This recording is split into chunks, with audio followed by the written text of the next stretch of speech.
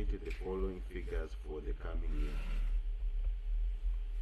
So we've got our sales, average receivables, gross profit margin,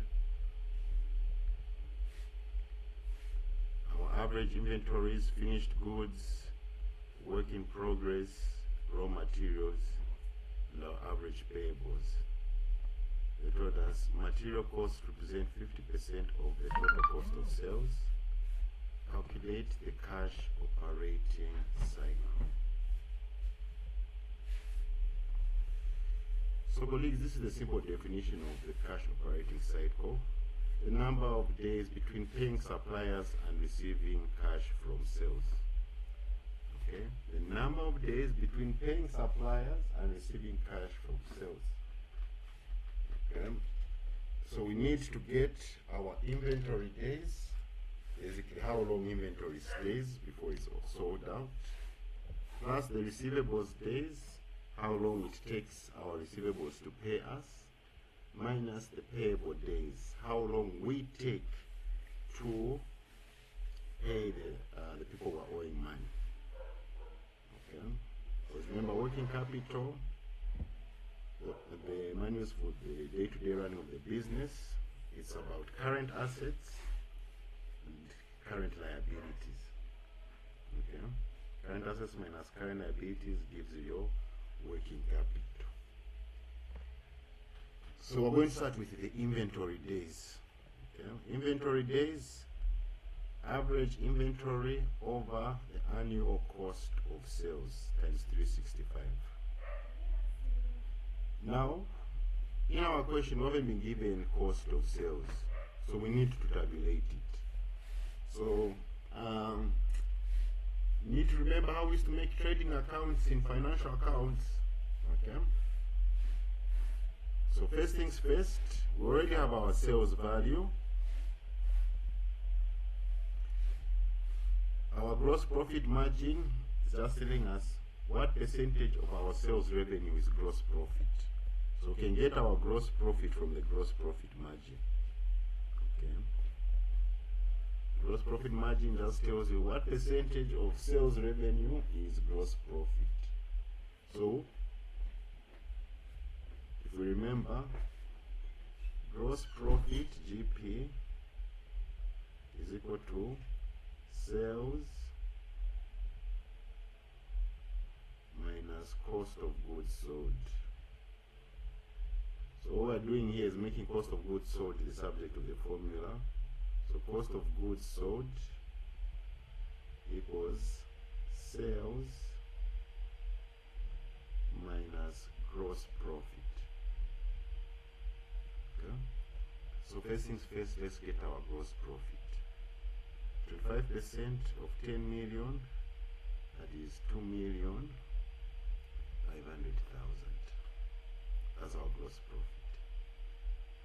So the cost of sales, sales minus gross profit, 10 million minus 2,500,000, you get 7,500,000.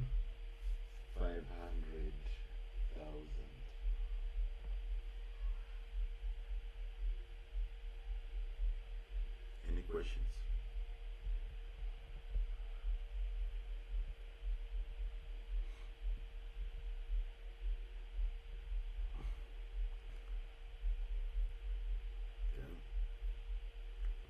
So we get our inventory days. Average inventory over cost of sales times 365. Now remember, with our inventory, we had finished goods, work in progress, and raw materials. So we add finished goods 1,450,000, work in progress 1,650,000. That's the raw materials, 1,320,000. Okay. All of this, you divide it by the cost of sales. Okay.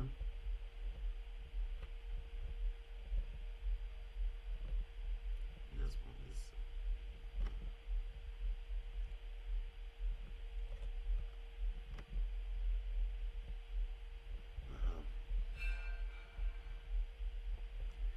So we're going to say 1,450,000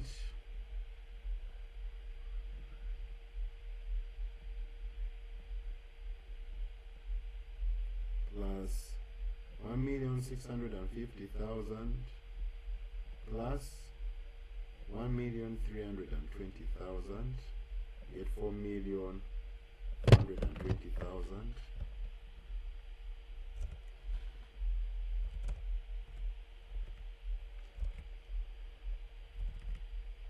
divided by cost of sales, which was 7,500,000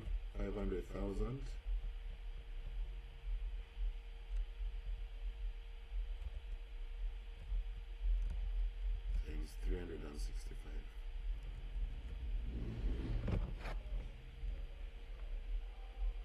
Okay, so 4,420,000 divided by 7,500,000, we get 0.589. 0.589 times 365, we get 215.1. So since these are days, we can just round it off to the nearest 215 days.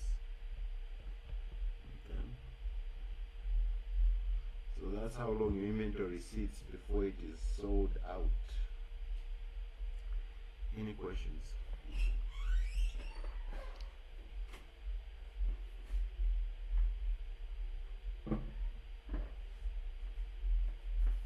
Sir, sorry, I'm confused. Uh, is this financial management? Mm-hmm. Oh, Isn't that just in financial management? yes, but I think this is new. Wow. Um, it's a thing.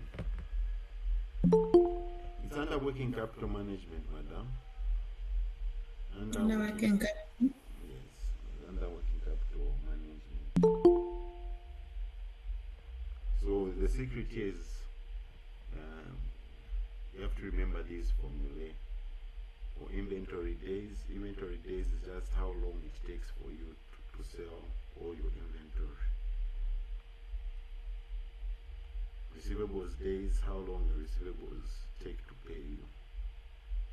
Payable days, how long it take to pay your suppliers. Okay.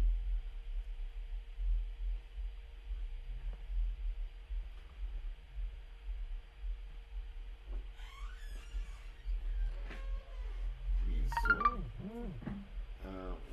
why, where were you lost in terms of the calculations?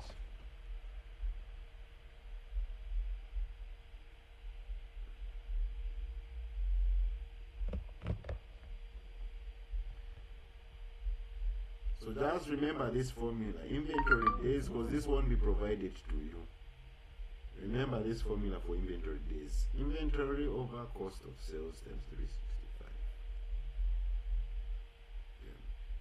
Then your trade receivable days, how long your customers take to pay you.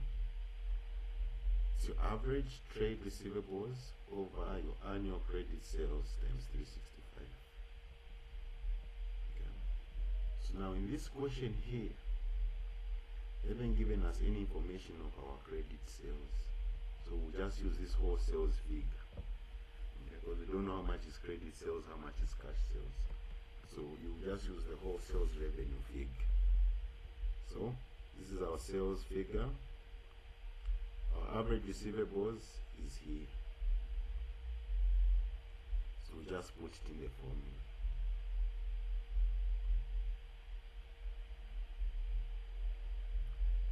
Average trade receivables 1,704,000 divided by our sales 10 million times 365. Okay, so 1,704,000 divided by 10 million, we get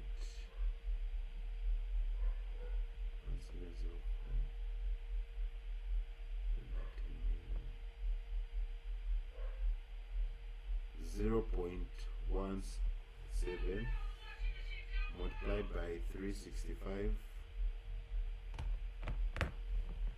you get 62.1 days or 62 days. So on average, your receivables take 62 days to pay you. That's almost like 2 months. Any questions?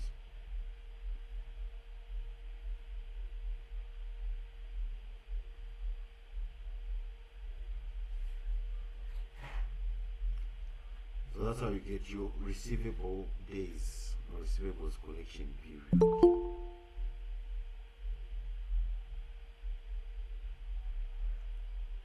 The next is our payable days.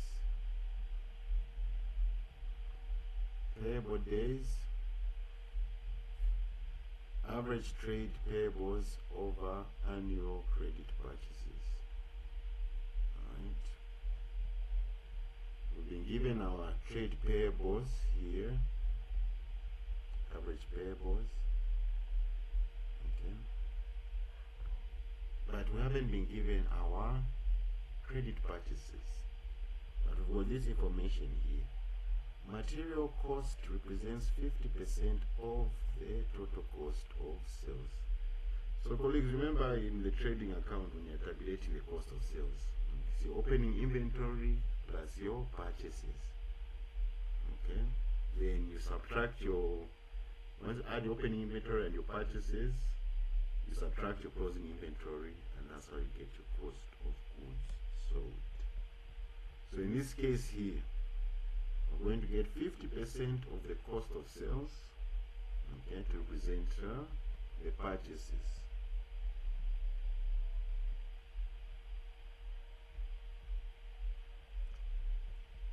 Okay.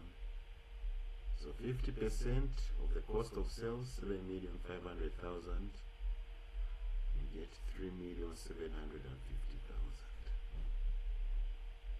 So your payable days, average payables over your purchases times 365.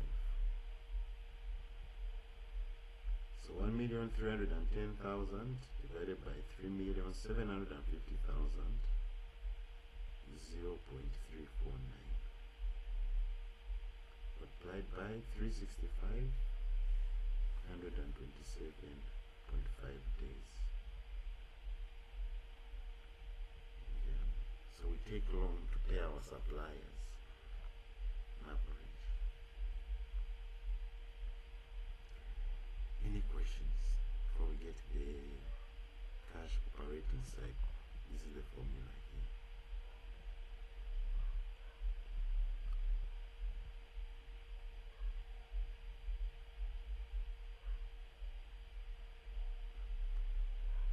Okay, so cash operating cycle, number of days between paying suppliers and receiving cash from sales, inventory days plus receivable days minus payable days.